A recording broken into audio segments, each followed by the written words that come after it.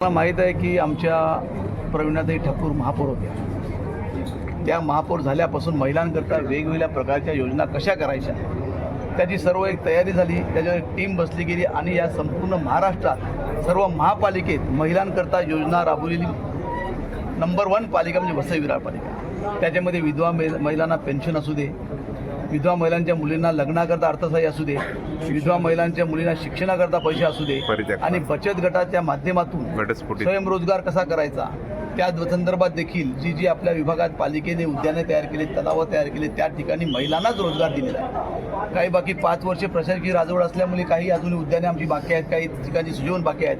म्हणजे जवळजवळ आम्ही 500, 1000, 2000 महिलांना रोजगार देण्याचा आमचा मानस आहे, पण त्याच्या माध्यमातून पालिकेतून यामध्ये कसा रोजगार देता येईल त्याचा पूर्णपणे प्रयत्न आहे। घटस्फोटित महिला काय प्रत्येक काही असे विषय झाले की आपण एखादं विधवा महिलांना देतोय, परंतु काही जणांचे मिस्टर जिवंत असून ते काहीच करत नाहीत, अपंग असतात, अशा लोकांकरता देखील योजनांचा विचार आप्पांनी केला आहे। कारण आप्पांनी कुणाच्या एका निर्णयाने निर्णय घेतलेले नाही आहेत, सर्वसामान्य लोकांच्या प्रतिक्रिया काय येतात।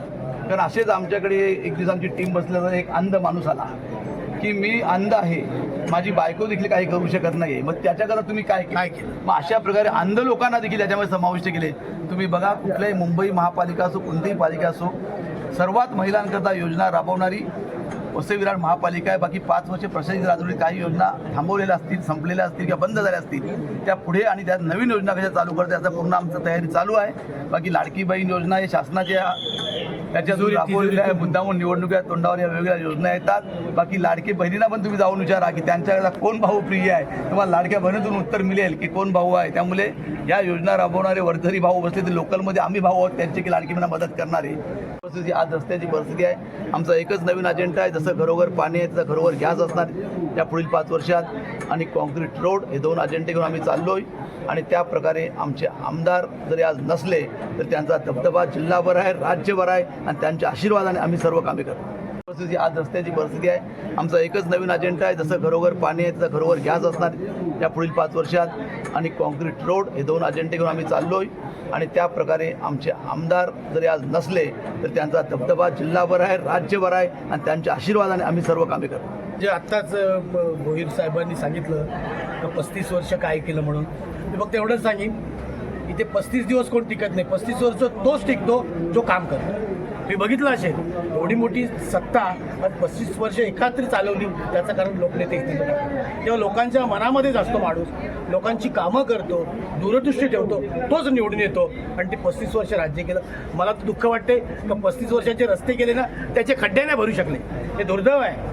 असो, शेवटी आमचं काम करणं हा अजेंडा असतो आणि कामाच्या जीवावरच ही जनता जनार्दन आमच्या पाठीशी आहे। निश्चित स्वरूपात आज घराघरात नळ आलेला आहे, कामण भागामध्ये पाणी नाही, एका वर्षामध्ये पाणी दिल्याशिवाय आम्ही राहणार नाही आणि तर त्या गावात तोंडसुद्धा दाखवणार नाही।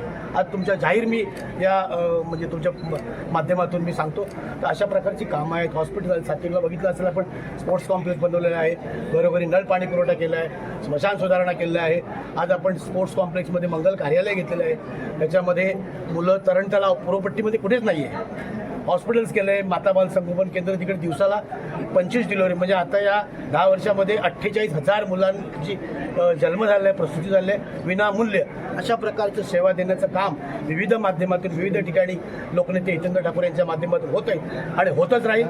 ठीक आहे, थोडी पडझड झाली, पण पुढचा काळ हा शेतीचाच असेल, बहुजन विकासाचा असेल आणि विकासाचा असेल हे निश्चित स्वरूपाने आपलं। महिलाने माझं नाव जोशना शरद बोलली, माझे मिस्टर भरपूर 12-13 वर्ष झाले आपल्या पक्षासाठी म्हणजे कार्यरत आहेत। तर त्याच्यामधून लोकांची जी आहे त्यांच्यासाठी जी त्यांची हे आहे चांगली भूमिका आहे, त्यामुळे यापुढे त्यांच्या महिलांसाठी मी चांगलं काम करेन आणि मला विश्वास आहे की लोक बहुमताने आम्हाला विजयी करतील। चलो।